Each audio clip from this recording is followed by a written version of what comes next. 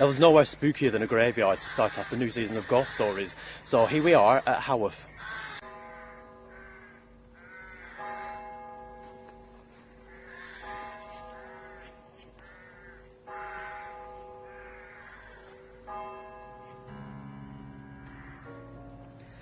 Okay, steeped with history, Haworth is home to the Bronte Sisters, Emily Bronte in the famous novel Wuthering Heights. And also it's home to some ghost stories. Wuthering Heights is author Emily Bronte's only novel, written here in Haworth in 1846. Emily's home overlooks St Michael and All Angels Churchyard, where it is believed to have inspired Emily's now world-selling story. Emily's tales of love, death and ghostly apparitions has attracted the attentions of visitors from around the world, wanting to take a step back in time in this much unchanged village. So I wonder what Emily Bronte saw while she was looking out of a window, which is just over there. So the amount of funerals that she'd have seen here as well, and also maybe the odd ghosts.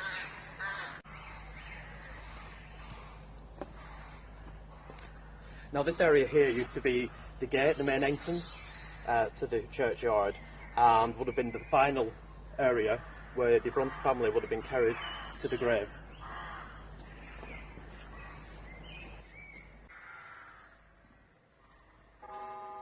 The majority of the Bronte family are now resting beneath the church floor in the Bronte family crypt.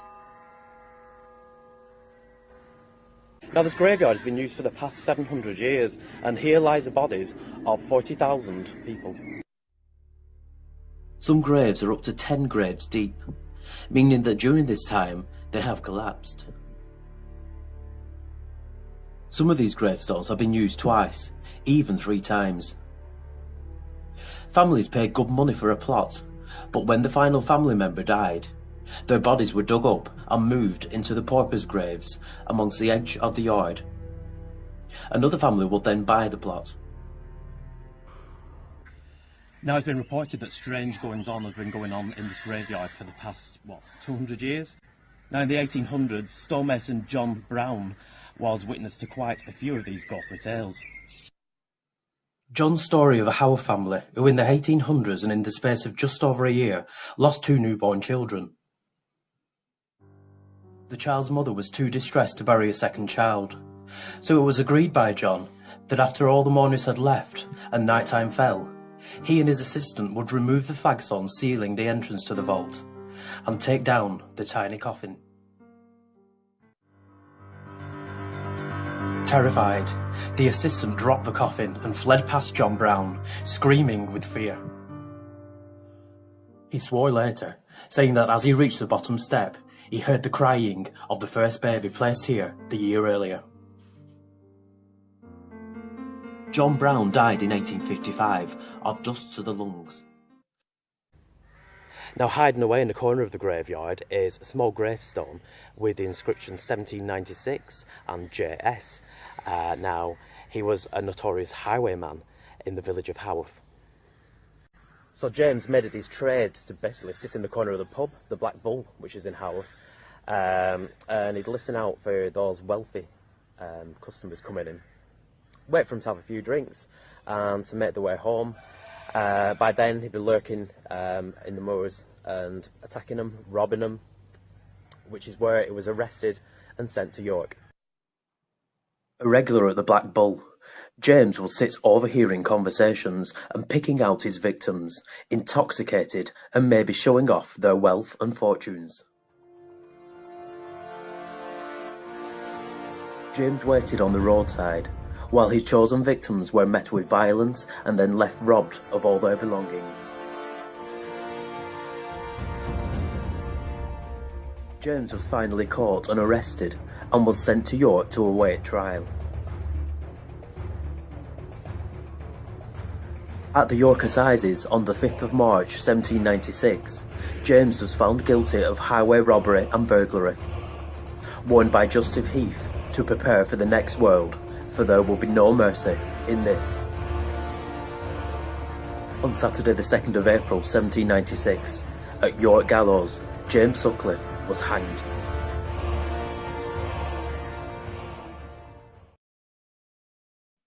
Maybe James knew his fate and paid good money for his body to be returned to Haworth, rather than his lifeless body to be paraded through the streets of York, and then gruesomely chopped up for medical science, as was the general practice for hanged criminals back in the day. Nobody knows for certain what happened to James's body after his death, and has remained a mystery for over 200 years. The spirit of the highwayman is rumoured to lurk on the roadside, awaiting his next victim to pass by.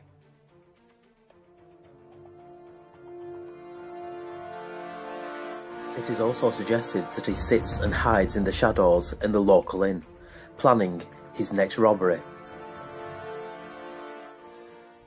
Right, I'm surrounded by graves, so while I'm here, I might just ask if there's anyone around who would like to whistle or give me a sign. There's a lot of crows about, but is there anyone around?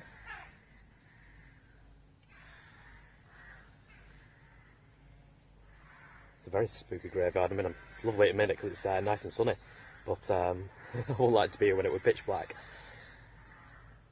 So give me a sign, or can you show yourself?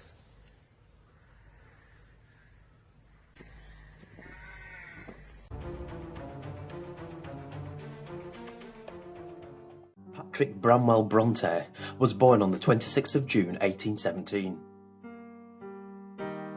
Quite a creative man, Branwell was a poet, writer and painter, but throughout his adult life he seemed to be overshadowed by his elder sisters Emily, Charlotte and Anne.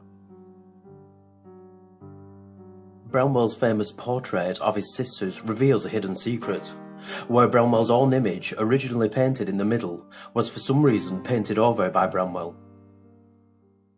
Brother-Branwell Bronte was quite the keen drinker and ended up dying of alcohol and opium use at the age of 31. After setting fire one day to his own bed, the family did all they could to help Branwell, but to no avail. Now, quite an unhappy character was Branwell, and he turned to drink quite often. Branwell's alcohol and drug use became so bad that his own father chose to sleep in the same room to overlook and safeguard his only son, and the rest of the family and their home.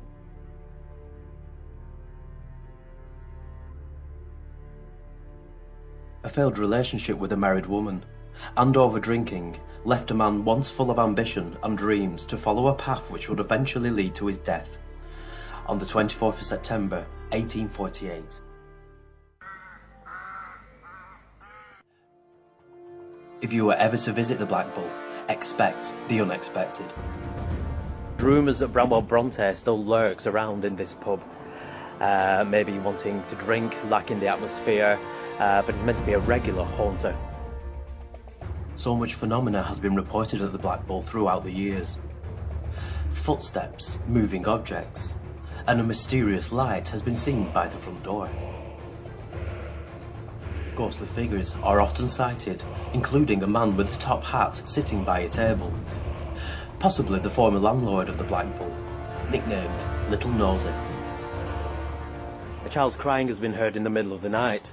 Guests get up in the morning and they just presume that a family's around, but then later they find out that there was no families and no babies there at all. A bell situated by the fireplace often rings of its own accord. Most intriguing is that just next to the bell hangs a picture of the Bronte family, which is lit by a lamp which turns itself around most mornings. There's one story of a guest who was passing through the corridors one evening, and he's passed a figure which was going the other way, and then realises that nobody else was in the building. Customers report being tapped on the head, and a strong smell of cigar smoke is often reported.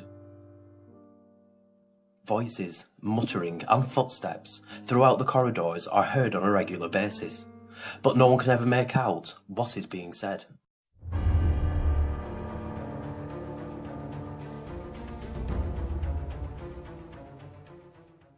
Well, we're off to our next location now for some more ghost stories.